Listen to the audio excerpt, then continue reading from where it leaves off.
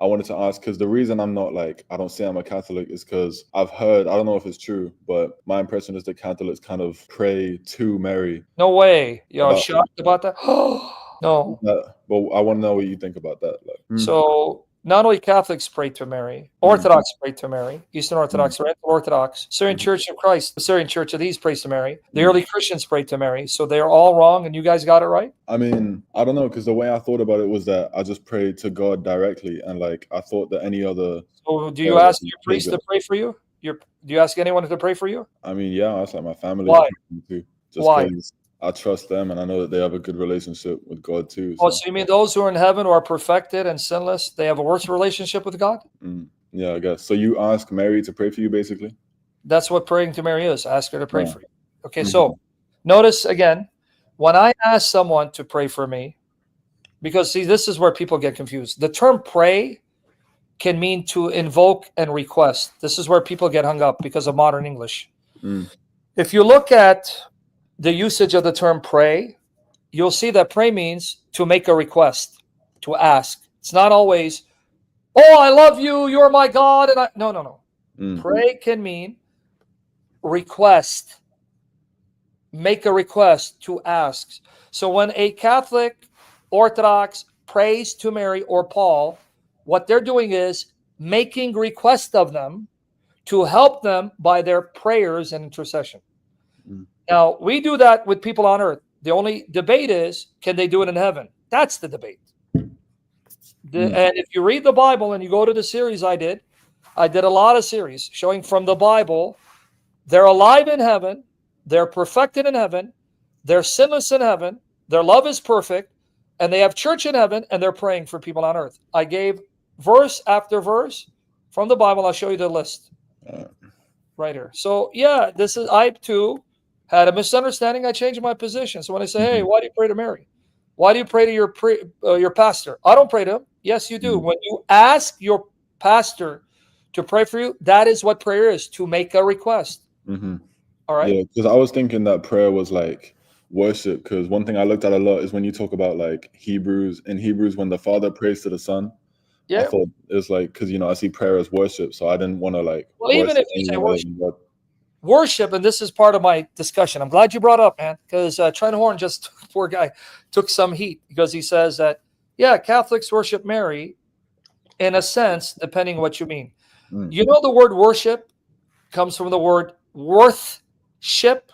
mhm, Worthship meaning worship means to acknowledge someone's worth. mhm, Like when you praise someone for their exploits, like I praise Bruce Lee, man, by praising Bruce Lee, did you know that's a form of worship? I guess so, in a way, yeah. Yeah, because what does the word worship mean? And Trent does an excellent job of documenting. He had to respond to his naysayers. The word worship comes from worthship. Mm, Worth. What is your worth?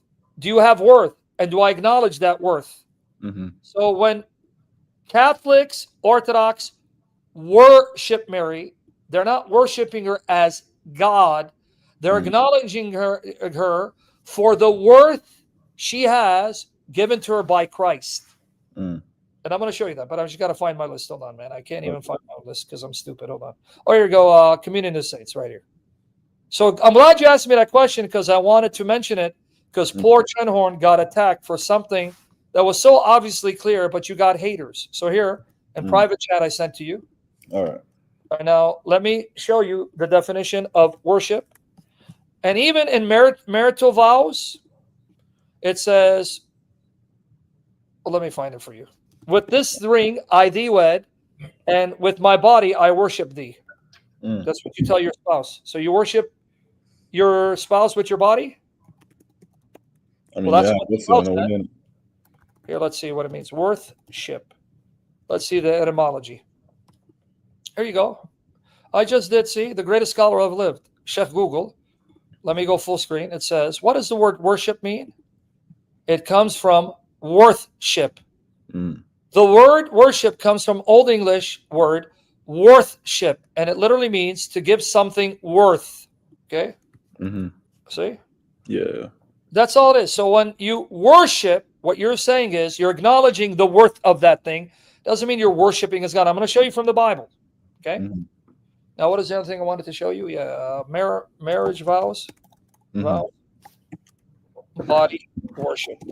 Here, marriage vows. With my body, I worship thee. There you go. See right there?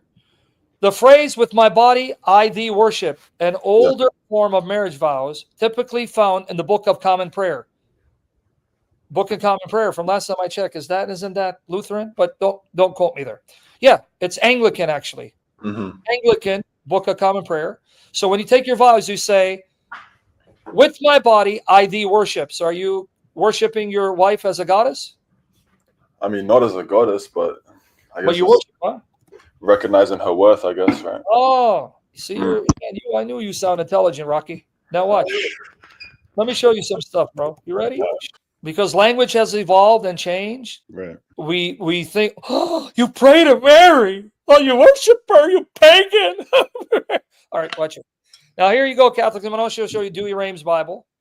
The word in Hebrew for worship is shacha, ishtichava, in Greek proskuneo. But now I want you to see this, brother. Okay. 1 Chronicles 29:20. And David said to all the congregation, "Now bless the Lord your God." And all the congregation blessed the Lord, God of their fathers. Bow down their heads. Now watch. When they bowed to the ground, worship the Lord and the king. They worship God and David? Okay, so the king's talking about David, yeah? Yeah, he's the king. He's the one. So they didn't just worship God. They bowed down to the ground to worship God and the king, right? So are they committing idolatry? I mean, I guess not.